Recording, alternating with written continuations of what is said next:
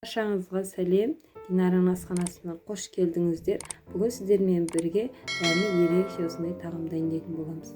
Менің арнама тіркелмеген болсаңыз тіркеліп, видеоның соңына дейін бірге болыңыз. Електен өткерген ұнымызды ыдысымызға саламыз. Үстіне манная ұрпа қосамыз. Разғитель, қант, сұйық май, аздап тұз.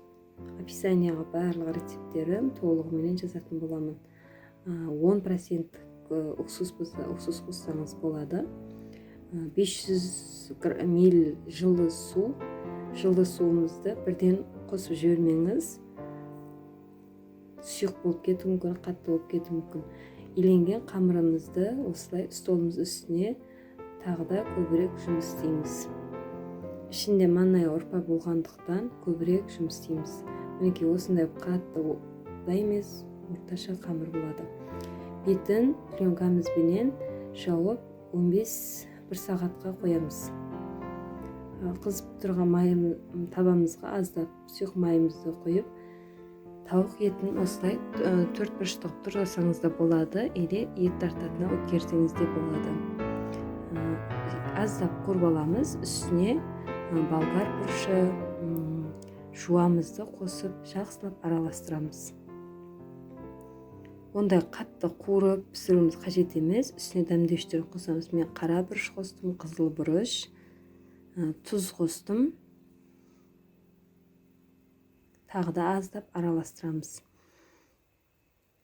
Үстіне паприка қостым, көкөністер қостым, сосын томат қостым. Томатный паста қосып 5 минутқа аздап қоямын. Бір 10 минут, 15 минутта қуырбасаңыз болады, онда көп қатты қуырылу қажет емес. Мінекей дайын болды, суытуға қоямыз. Қанған қамырларымызды осылай кішкене жұмыс жасаймыз, илейміз. Сосын 8 бөлікке бөлетін боламыз. Теңдей 8 бөлікке бөліп аламыз.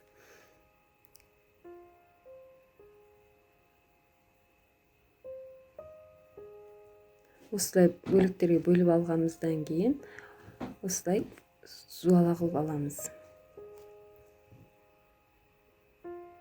Мінекей теңдей 8 бөлікке бөліп алдым. Столымыздың үстіне аздап май құйып аламыз. Қамырымызбенен жақсырақ жұмыс жасауымыз үшін. Майымыздың үстіне осындай қолымыздың көмегіменен шаятын боламыз. Қамырымыз майлы болғандықтан, жұмсақ болғандықтан жұмыс жасау оңай болады. Ондай қатты қиын емес.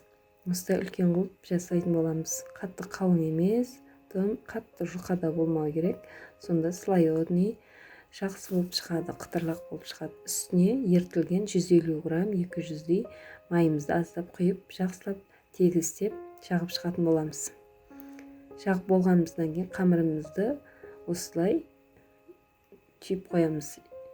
4 бұрышты қылып осылай жинақтаймыз. Оны шетке қойып қоямыз. Екінші қамырымызды да осылай жаямыз. Қамырымыз жақсы иленгендіктен осылай қанша тартсақ та осылай жыртылмауы керек. Мінекей көріп тұрғаныңыздай қамырға жақсы жұмыс істеп берілген. Үстіне тағы да майымызды құйып, жақсылап араластырамыз. Үстіне жаңа бірінші қамырымызды қойып, тындыруға қоямыз. Екіншісі қамырымызды тағы да осылай жайып алдым. Майлы болғандықтан осылай қолымызбенен оңай тез жасалады.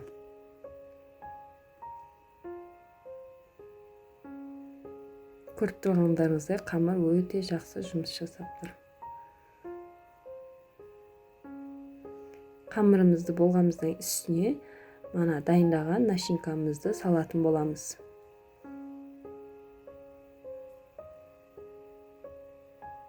Үстіне сыр қостым. Сыр қатты қосуыңыз қатты қажет емес. Осылай конверт секілді түйіп алдым. Тегістеп листімізге қойдым. Менде листім кішкентай болғандықтан екеуін қойып пісіремін мен. Екіншісінде қамырымызды дайындадым. Мен начинкасын салдым.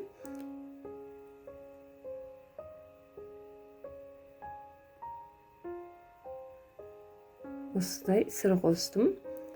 Конверт секілді қылып осылай түйдім. Өзіңіздің духовкаңызға қарай пісірсеңіз де болады. Мен де әсер печкеде пісіріп алдым.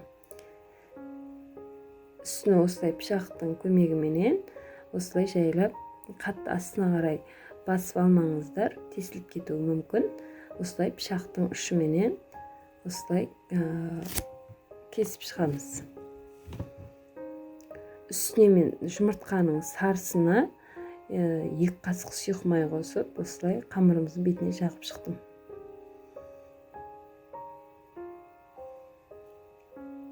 Мен әсер печкеде 250 градуста пісіріп алдым. Міне пісіп шықты, қытырлақ, жегенде өте қытырлақ, дәмді. Міндетті түрде жасап көрсеңіздер болады. Қандай қонаққа, дастархандарға тартсаңыз да арқайын қоя берсеңіз болады. Міндетті түрде жасап көріңіздер. Маған бір жегеннен де өте ұнады, бір жасағаннан өте ұнады маған. Қарасаңыздар, аралары слоеный қабат-қабат болып піскен. Кешкі ужиндарға, қонақтарға қойсаңыз болады. Міндетті түрде жасап көріңіздер. Менің инстаграм каналыма белгілеп кетсеңіз болады. Описанияға толық рецептін қалдыратын боламын. Маған тіркелмеген болсаңыз, тіркеліп кетіңіз. Лайк басып, қоңыраушаны басып қойыңыздар. Келесі қызықты видеодан құр қалмауыңыз үшін. Отбасыларыңызға ұнайды деген ойдамын. Сау, аман болыңыз.